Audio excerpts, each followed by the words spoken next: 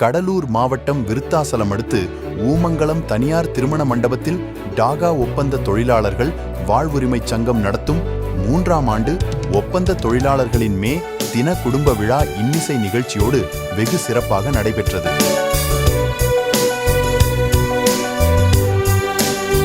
இதில் தமிழக வாழ்வுரிமை கட்சியின் கடலூர் மாவட்ட செயலாளர், சங்க சிறப்பு தலைவர் அறிவழகன் தலைமையில் நடைபெற்ற விழாவில் கட்சி நிர்வாகிகள், பொதுமக்கள் ஏராளமான பங்கேற்றனர். இதில் 3ஆம் ஆண்டு அடியெடுத்து வைக்கும் சங்கத்தின் பல சாதனைகளையும் அதன் மூலம் பயன்படுத்த அறிமுகப்படுத்தி மகிழ்ச்சியுடன் தெரிவித்தார்.